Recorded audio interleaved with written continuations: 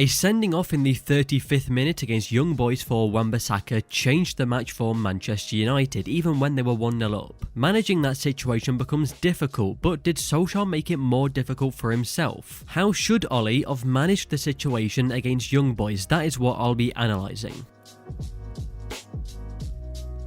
So let's have a brief overview of that match between Young Boys and Manchester United. We can use the sponsor for this video, OneFootball, to look into the match stats. The one that really stands out and what we're going to be getting into is the amount of shots that each team had. Young Boys with 19 and 5 on target, Manchester United with 2 and 2 on target. I'll be analysing why they had 2 shots and what they could have done to have more shots throughout the match, but as well as the team, a player in Donny van de Beek got his first start of the season. With OneFootball, you can view player stats too, so here on Donny van de Beek's profile, we can see that he made 1 tackle, won 5 duels, 2 interceptions and blocked 1 shot. A 92% pass accuracy. I think Van de Beek did well and looked better, more fit to play, and maybe this is where he can kick on. So to view more team stats, player stats, the latest news and latest scores, download OneFootball on your phone. You can do that by clicking the link in the description.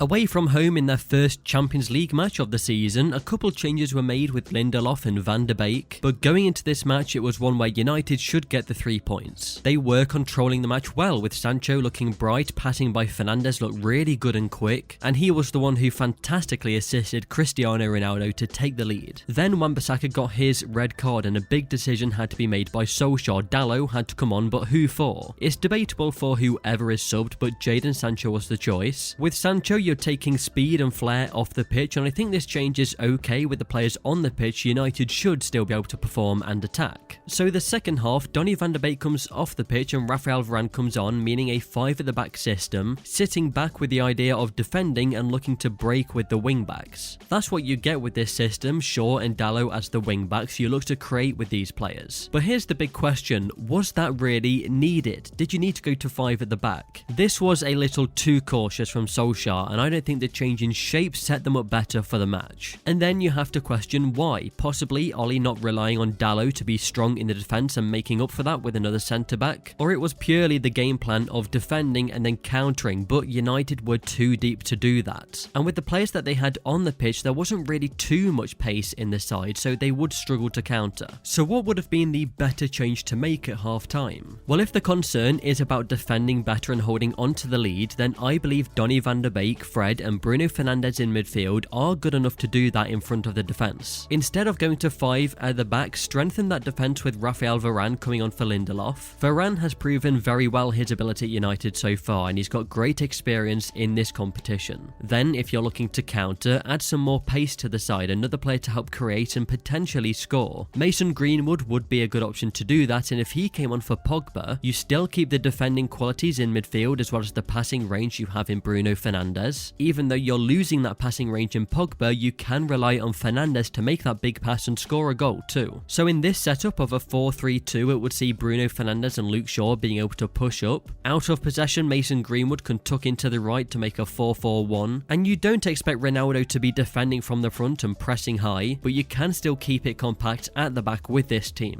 It would give you more of a balance to attack and should in 45 minutes be capable of creating a chance. Instead, United went into the second half with the back 5 with the aim of defending what they had and possibly scoring a goal on the counter. From the beginning of the second half to the 66th minute when Young Boys got the equaliser, United had made 15 touches in the opposition half. They were pinned back with no way of getting out. And then this is what led to a questionable decision by Ollie. 6 minutes after the goal had been scored, Ronaldo and Fernandes made way for Lingard and Matic. Intentions were clear then that defending was the priority, and any chance of scoring a goal to get back into the game, which they still had the chance to do, it just had to be done right, that chance was taken away. The 89th minute saw Martial come on, but it was late then, and Martial isn't really a player that you can rely on to produce some magic and score a goal when you need it. So adding to the debate of the half-time sub, taking off Fernandes and Ronaldo is another debate. Taking Ronaldo off is understandable, as you don't expect him to work hard off the ball and you need that. He's simply the striker to score the goals, but no chances were being created. Once again, I think the introduction of Mason Greenwood at this point match would have been better. You can still rely on him to work hard out of possession, but he also gives you that capability of potentially scoring a goal. Jesse Lingard coming on is a good decision. He's a player that works tirelessly off the ball, is always pressurizing the opposition, pressing from the front and running more than his teammates, so this was a good option from the bench. From this match, changes have to be made to the way a match is managed. That could be with Ollie learning a lesson himself or having better advice around him during a match. This one was lost on an individual error from Wan-Bissaka. Before that, United were looking good, but even with it being an individual error, the way in which the match was managed afterwards could have been better. Another error followed afterwards, and this is how United lost this match, but aside from that, United are top of the league after 4 matches played. Ollie will have them competing around the top of the league. Pogba is arguably in his best form at United, and it's only one Champions League match played, and it was away from home. I'll leave you with this question to answer. Are Manchester United better with Scott McTominay in the team? He's coming back from injury, clean sheets are needed, and he seems to make them more sturdy in the midfield. I think it's a good debate, so let me know your thoughts. If you enjoyed this video, then please click the like button, and we're getting very close to 10,000 subscribers, so if you could help me by subscribing to the channel, that would be massively appreciated.